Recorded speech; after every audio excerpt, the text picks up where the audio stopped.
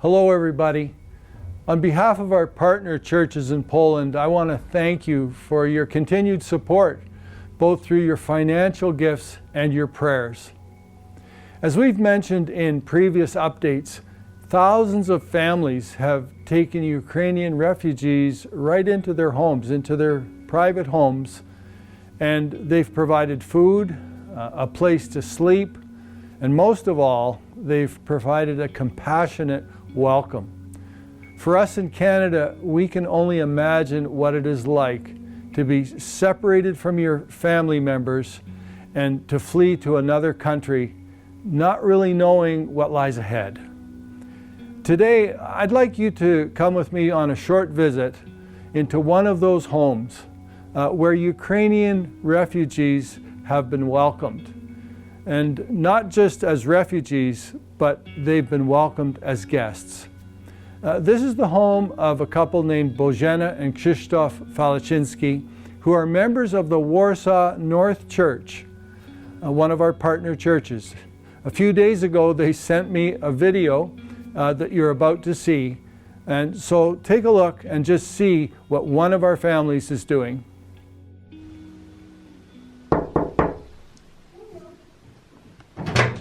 O, dzień dobry, witamy, zapraszamy. Proszę, proszę. Dzień dobry. Hello to all. My name is Łukasz. And I am a son-in-law of our hosts, Bożena and Krzysztof. Behind the camera is my wife, Kasia, and here is Heniu, our son. We all live in this home in Sadowa. This is a village near Warsaw. And for 3 weeks we having guests from Ukraine. So let's go upstairs and I will introduce you to them.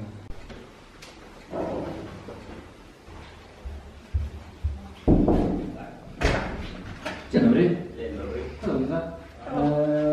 Can you talk about like a few minutes? Of course. Yeah, I told you that we want to make some small interview with you. This is still okay? Yeah. Yes, of Okay. course. So great. Could you introduce yourself? Okay. I'm Lisa, I'm 21 years old, and we are from Central Ukraine. Yeah, I'm Daniel, I'm 17 years old and we are siblings. Okay, so you are siblings, and how about your mother, your father? Did everyone leave Ukraine? Mhm. Our mother and our parents and older brothers stayed in Svetlovodsk because they have to take care of their parents, and my mother can't leave my granny because of her illness. Mm-hmm. You mentioned that you have a brother. Why he didn't leave Ukraine? Because he is 25 and due to the mobilization law he cannot cross the border until the war ends. Okay, so yeah, we know about your family, and how did you get here? We got to the border in 2 days by bus, and we stood at the border. 2 days. 2 days, Yeah, yes. I'm repeating it because it's like quite a lot. And at the border we stood about 8 hours, but it's not considered long because some people stood even more than 1 or 2 days. Okay. So 2 days in the bus, about 8 hours at the border, and how about on the Polish side? How did you get to Warsaw? And only at the Polish border we found out roughly that our bus going to some boarding house near Warsaw, and where there were like about 400 people in one room. No? Okay, so that was Expo, right? Yes. Okay, so Expo is like a huge place for events. Okay, so you were at Expo, and how did you get from Expo to Sadowa? It's our pastor from our city in Svetlovodsk contacted to Adam Dulinsky, and he took us from Expo and found us a nice family who agreed to accept us. Okay, so what did you take with you? You had like a lot of things? Not really. We packed up really quickly. Mhm. We took two backpacks and bag. We took warm clothes, documents, and cookies and sandwiches. Okay. So yeah, it's not like a lot. How about your family? Are they safe now? Do you have any contact with them? We keep in touch with them and call each other in the evenings or morning. And of course, we still miss them, and I wish to see them soon. About Russian armies, they are not in the town, but yesterday there were some missile strikes 15 minutes from our city.